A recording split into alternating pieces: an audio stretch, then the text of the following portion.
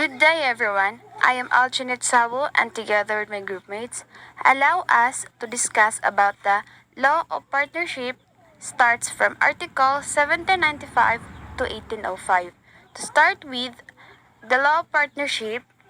Partnership is a type of business structure where individuals sign an agreement arrangement on how to manage the business assets, liabilities, and share profits.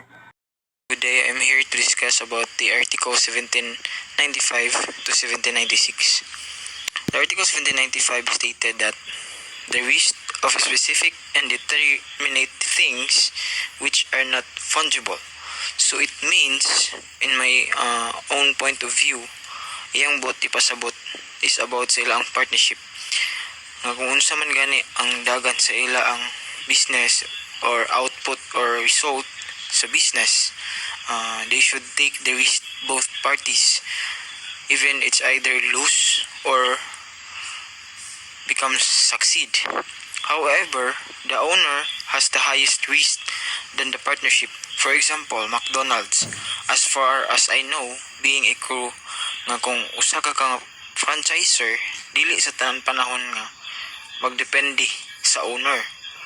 Dapat ka maghatag pud og shares sa partner nimo or sa company owned nga McDonald's. About Article 1796, it means that the obligations of each parties, dapat kabalo sila kung unsa ila ang role sa business para in terms sa flow of the business, such as income, expenses, and most of all, the profit. By this article, help the both parties united and para maayo ila ang relationship sa usa-usa. Like for example, they will set a business meeting to discuss the important details about sa ilang shares sa each other para silang magpartner maka-benefits in a fairly way. So mao na siya akong pagsabot sa duha ka articles na 1795 to 1796. Good day, everyone. My name is DABLIO, and I'm gonna start my Article 1797 with a problem. M&G Incorporation entered into a joint venture agreement for the construction and development of an office building on a land owned by M Incorporation in Makati City. The joint venture engaged the services of X Incorporation to provide subsurface soil exploration, laboratory testing, seismic study, and geotechnical engineering for the project.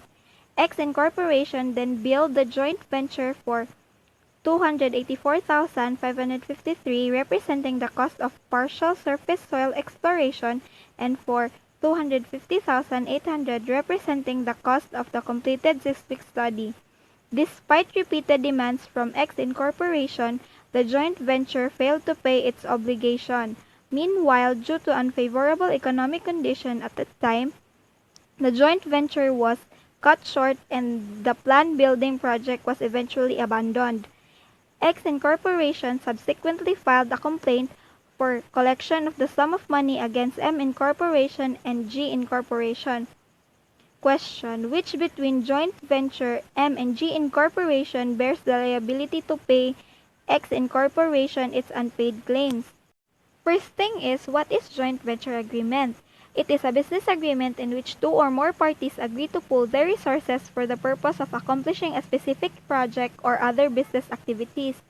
On the problem, they are both jointly liable to pay X Incorporation.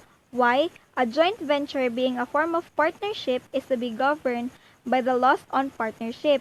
Article 1797 of the Civil Code provides, in Article 1797, the losses and profits shall be distributed in conformity with the agreement, if only the share of each partner in the profits has been agreed upon. The share of each in the losses shall be in the same proportion. In the absence of stipulation, the share of each in the profits and losses shall be in the proportion to what he may have contributed, but the industrial partner should not be liable for the losses. As for the profits, the industrial partner shall receive such share as may be just and equitable under the circumstances. If besides his service he has contributed capital, he shall also receive a share in the profits in proportion to his capital. On the problem, M and G Incorporation agreed on 50-50 ratio on the proceeds of the project. They did not provide of splitting of the losses. Now let's move on to Article 1798. Third person designating the share of partners in the profits and losses. In Article 1798, if the partners have agreed to entrust to a third person the designation of the share of each one in the profits and losses, such designation may be impugned only when it is manifestly inequitable. In no case may a partner who has begun to execute the decision of the third person or who has not impugned the same within a period of 3 months from the time he had knowledge thereof complain of such decision. The designation of losses and profits cannot be entrusted to one of the partners. This time we will know that the stipulation of the partners are valid. For example, Hailey, Selena, and Justin form a partnership. And they agree that si Selena na lang mag-decide for distribution of their profits. Do you think that it is valid? No. It is not valid because mawala ang fairness sa ilahang partnership. But what if Hailey, Selena, and Justin agreed that si Cole na lang mag-determine for their distribution? Now, who is Cole anyways? Cole is the third person and it is valid, but there is an exception. So the exception was it is not valid and it may be questioned if it is manifestly inequitable, unless partner began to execute the decision of the third person, or a partner has not questioned the said decision of the third person within a period of 3 months from the time he had knowledge thereof. For example, Cole decided not to distribute their profit. Hailey got 40%, Selena got 40 also, but Justin only got 20% of the share. But what if si Justin Mande ang pinakadako og capital among them? So pwede ma-question ni Justin si Cole na why 20% lang ang iyaha, nadako man siya og capital. But if walay pa si Justin otherwise about Cole's decision, within 3 months wala pa siya ni-react, though Justin is aware, mawadan siya og right to complain about it. To sum up everything, in Article 1798, if among the partners will decide for the distribution, it is invalid because mawala ang fairness sa ilahang partnership. If mag-agree ang partners na ang third person ang mag-decide for the distribution, pwede, but ma-question ang third person on the ground of inequitability. Except, di na pwede i-question si third person pag imo nang gi-accept ang offer and wala ka nagpakabana within 3 months. Profits and losses. Exclusion from profits or losses. Article 1799. A. General rule. The law does not allow stipulation including one or more partners from any share in the profits and losses because the partnership must exist from the common benefit and interest of all partners. Even if such stipulation is void, the partnership is still valid and such stipulation will be disregarded. B. Exception. The case of an industrial partner whom the law itself excludes from losses in Article 1797. This is without prejudice of the rights of third person in Article 1817. Management of a partnership. Right and duty to manage partnership. Each partner has a right to an equal voice in the conduct of the partnership business, and this right is not dependent on the amount of the partner's capital. The partners also have a duty to manage the partnership. Two distinct cases of appointment. Article 1800. A. Appointment as manager in the article of partnership. The partner appointed by common agreement in the article of partnership. B. Appointment of as manager after constitution of the partnership or orally. Appointment is a mere delegation of power, revocable at any time. Example in Article 1800. Jose, Pedro, and Juan are partners. By common agreement in the article of partnership, Juan has been appointed the manager. As such, Juan may execute all act of administration despite the opposition of his partners unless he should act in the bad faith. His power is irrevocable without just or lawful cause to revoke the power of Juan as manager, provided there is adjust lawful cost. The quote of the partners have controlling interest in required. If one has been appointed manager after the partnership had been formed, his power can be revoked at any time. Good day everyone. I am here to present with you Article 1801 and Article 1802. Article 1801 says, if two or more partners have been entrusted with the management of the partnership without specification of their respective duties or without stipulation that one of them shall not act without the consent of all the others. So in this case, you must take note of this without any specification of the respective duties. So, it means wala gi-assign nga ikaw sa sales, ikaw sa production, ikaw sa purchasing. Wala sila gi-assign nga respective duties because kung na sila gi-assign, kato nga partner na ma-assign, kato siya ang masunod. Kasi ayaan man to na-assign. But if there is no specification of respective duties, aya pa dayon matriggered ang Article 1801. And also, without stipulation that one of them shall not act without the consent of all the others. So it means dapat unanimous. Pag na-stipulation yung kailangan unanimous decision, dili na ito ma-apply si 1801. So what will happen is, each of them may execute all acts of administration because managing partners man sila. And jump on to Article 1802.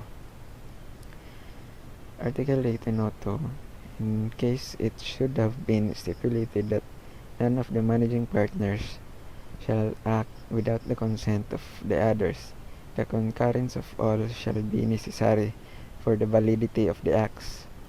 So, in this case, before something will happen, there must be a unanimous decision that all the managing partners shall agree. Because if ever nga naay isa sa ilaha nga wala ni agree, wala.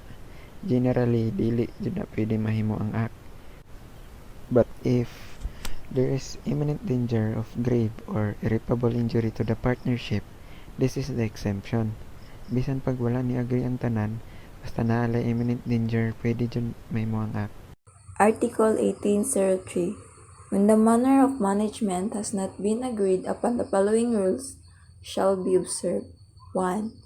All the partners shall be considered against, and whatever any one of them may do alone shall bind the partnership without prejudice to the provisions of Article 1801.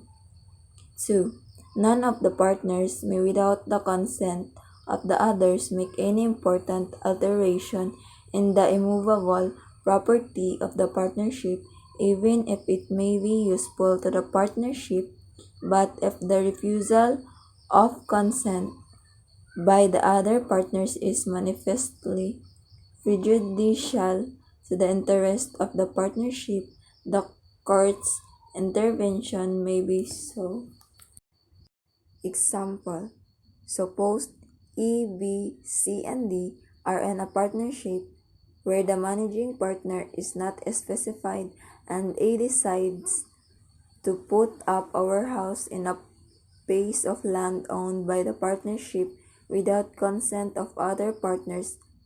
Article 1804. Every partner may associate another person with him in his share, but the associate shall not be admitted into the partnership without the consent of all the other partners, even if the partner having an associate should be a manager. Example: A, B, and C are in partnership wherein E is the managing partner. A enters into a contract with D that states D will receive 50% of E's share in partnership profits. Article 1805. The partnership books shall be kept, subject to any agreement between the partners, at the principal place of the business of the partnership, and every partner shall at any reasonable hour have access to and may inspect and copy any of them. Here is an example on how the article being used in a scenario between two partners. Hey, partner, can I borrow the book report of our sales today? I just wanted to check something.